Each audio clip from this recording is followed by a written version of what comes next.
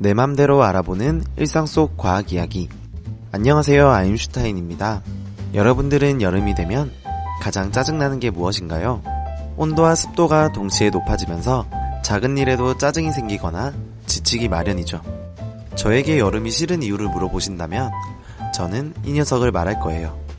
바로 여름철 우리를 끝없이 괴롭히는 모기인데요. 기회만 보이면 달려드는 이 작은 벌레는 무서운 질병인 말라리아, 상피병, 일본뇌염, 황열, 댕기열 등의 질병을 옮기는 것으로 손꼽기도 하지만 끈질긴 가려움증으로 우리를 괴롭히는 걸로 악명이 높죠. 모기가 우리를 물었을 때 가려움증을 느끼는 이유는 알레르기 반응 때문입니다. 모기가 사람을 물게 되면 혈액이 굳는 걸 방지하기 위해 히루딘이라는 성분을 주입하게 되는데요. 히루딘은 인체 내에서 알레르기 반응을 일으키고 우리 몸은 알러지 반응으로 인해 히스타민이란 성분을 분비하게 되는데 이 성분이 가려움을 유발하죠. 모기가 주입한 이 성분들로 인해 참을 수 없는 가려움을 느끼는 우리는 긁거나 침을 바르거나 십자가 모양을 만드는 등 다양한 행동을 합니다.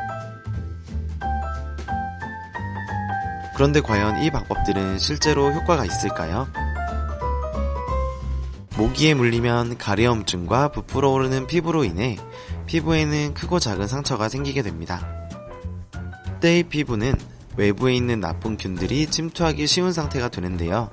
이 상태에서 우리가 알고 있는 민간요법인 침을 바르게 되면 피부 내 미세한 상처를 통해 연쇄상구균, 포도상구균과 같은 균들이 침투하게 됩니다. 균들이 침투하며 염증이 발생하고 봉화지겸과 같은 화농성 염증 질환에 걸릴 수 있다고 합니다. 심한 경우에는 피부가 괴사하거나 염증이 몸속 더 깊은 곳까지 퍼지거나 폐혈증과 같은 무서운 합병증이 발생할 수 있다고 하니 정말 끔찍하네요. 그렇지만 이렇게 가려운데 긁지 않고 어떻게 가려움을 이길 수 있을까요? 우선은 물린 부위를 물에 씻어 상처를 깨끗하게 만들고 얼음찜질을 하면 빠르게 붓기를 가라앉히고 가려움증을 없앨 수 있다고 해요. 이렇게 우리에게 귀찮음과 가려움을 선물하는 모기를 퇴치하는 방법은 어떤 게 있을까요? 우리가 흔히 사용하는 방법은 모기향과 스프레이를 사용하는 방법입니다. 요즘 가장 많이 사용하는 방법은 전기 모기채도 있겠네요. 하지만 전기 모기채도 모든 모기를 막을 수 없기에 다양한 퇴치 방법이 개발되고 있습니다. 그중 하나는 초음파를 이용해 모기를 퇴치하는 장치인데요. 장구벌레가 있는 물을 1초에 42,000번이나 진동시켜 그로 발생하는 거품으로 장구벌레를 퇴치한다고 합니다. 95% 이상을 박멸하는 데 성공한 사례가 있다고 하네요. 또한 장구벌레의 오랜 천적인 미꾸라지를 장구벌레 서식지에 풀어 효과를 톡톡히 보고 있다고 합니다.